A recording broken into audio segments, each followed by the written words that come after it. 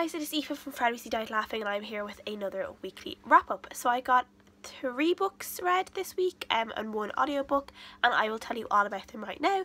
So the first book I read this week was a thriller, and it was a book I got off NetGalley. It was The Lying Game by Ruth Ware, and this is like a mystery thriller, and it's about a woman called Isa who, when she was 15 years old, she went to this boarding school and she had these 3 best friends, and they used to play something called The Lying Game, which is where they used to say tell all these like kind of white lies, and they used to kind of try and make the lie last as long as possible.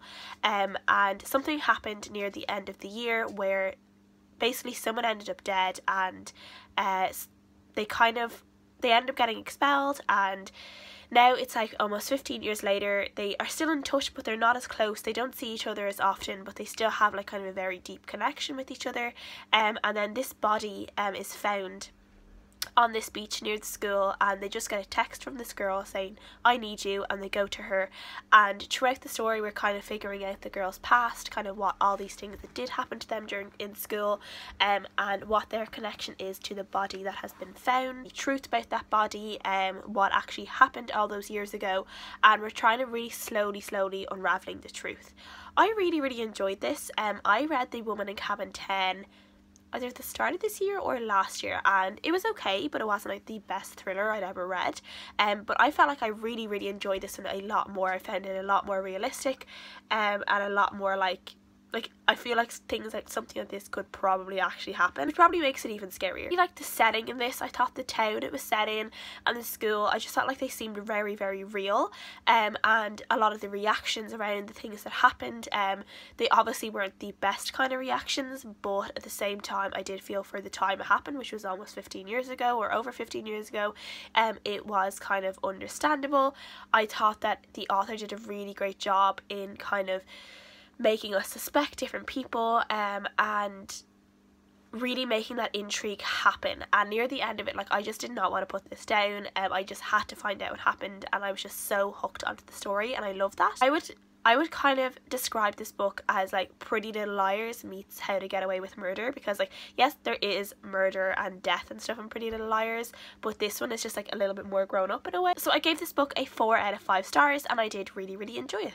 The next book I read was Vixen by Rosie, Garland. This is a book set in the 1300s, and this was a kind of strange one. It's about a young woman called Anne who becomes a housekeeper to this priest, and they're living in this kind of very much a peasant village, and for some reason everyone seems to think that she is going to become like the priest's mistress, and it's kind of just this given thing. People kind of are accepting of it, but the priest obviously doesn't want this. He keeps his vows. He doesn't want to, you know, be with a woman, and her life ends up kind of lonely. And then one day this young girl is washed ashore. They find this girl kind of covered in mud. They just call her Maid, and they take her in. The priest and Anne take her into their home to try and look after her, and Anne ends up becoming very close to this girl called Maid. And then the plague comes. So this is kind of this weird kind of female friendship / female relationship story centered around plague times, and kind of the superstitions, I think, around plague and what can and can't save you in the times of plague, and people's kind of faith and how it kind of can change ways when like there's sickness or there's something terrible that's happening. And yeah, that's all I can really say about this. It was a weird one.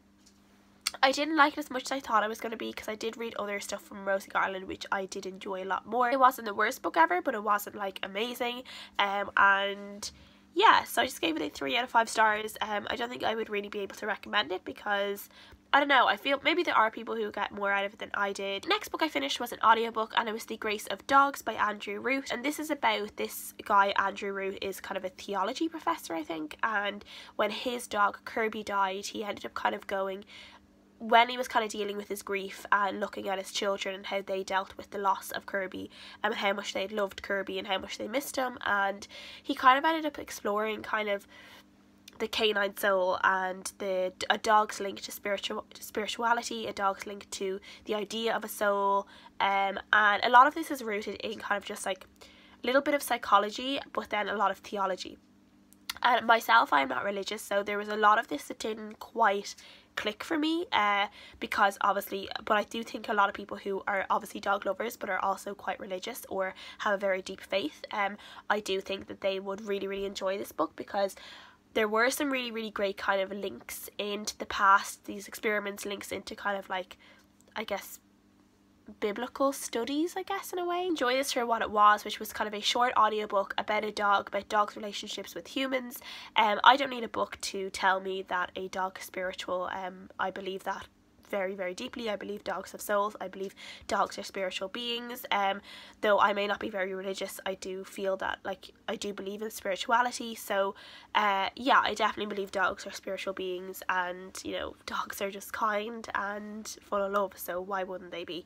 But I do think people who are religious and have a deep faith would really enjoy this book. It was very well written. The audiobook of it was very good. It's a very quick audiobook to listen to. I listened to it within a week, and that wasn't even listening to it every day.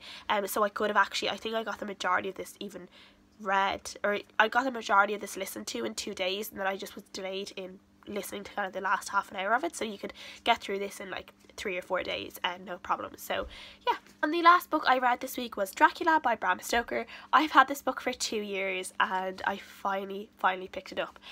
So I did pick it up after Halloween, but I still picked it up Halloween week, so it was still a spooky read. And I'm not sure if I need to explain the whole story around Dracula, but this is about this evil creature called Dracula and this gang of people who are set to destroy him. I really enjoy this. I did not know whether, no, I haven't had a lot of luck with classics this year. I haven't read a lot of them. I did try and read Anna Karenina a few months ago. Some of you guys are probably wondering what the hell is going on with that book. I'm halfway through it. I put it down a couple of months ago and I've not picked it up. I've just not wanted to pick it up, so I was nervous going into this one in case it was kind of the same. Obviously it's a much shorter than Anna Karenina, but still I was a little bit afraid of picking this up on my own whim and just, you know, not enjoying it or feeling really stodgy with it. So I was really glad when I realised I was really enjoying the story. I just thought it flowed very nicely. There were parts that could have been like maybe a little bit quicker, there are parts that could have been maybe even cut out in a way. They didn't really like make that much of a difference to the story. Like, this isn't a long book, it's only just over 300 pages, about 320 pages, so like it's not a long book, but there are parts of it, I think there are parts of it that could have made it even shorter, and a little bit more kind of interesting to follow along with. It's a hard book to read super fast, but I did enjoy all the characters in it. I really enjoyed the female characters in it, particularly one female character called Mina, who is like, just, she's shown to be just like very strong and very she and she's like a really important part of basically everyone's plan to get rid of Dracula. So she's like really important in making those plans, and I really love that her cleverness was acknowledged by some of the other male characters in this. I finished this last night and I did look up the trailer for Bram Stoker's Dracula, and it's a lot different. Like, it literally says Bram Stoker, like the movie is called Bram Stoker's Dracula, but it's a lot more sexual than this book, I can tell you that. It looks a lot more sexual. So yeah, that was interesting to see. I will have to give it a watch though to see like all the differences that they do. So yeah, that was interesting. But I gave this a 4 out of 5 stars. I did really enjoy it, and I'm really glad that I have finally picked this up and given it a read. Now I can say that I've read Dracula. That was a shorter reading wrap up than usual, I don't know. Let me guys know what you've read, if you've read any spooky books this week for Halloween. If you guys have any recommendations for me, leave them below, all the usual things. Thank you guys for watching, and I'll see you guys again next time. Bye!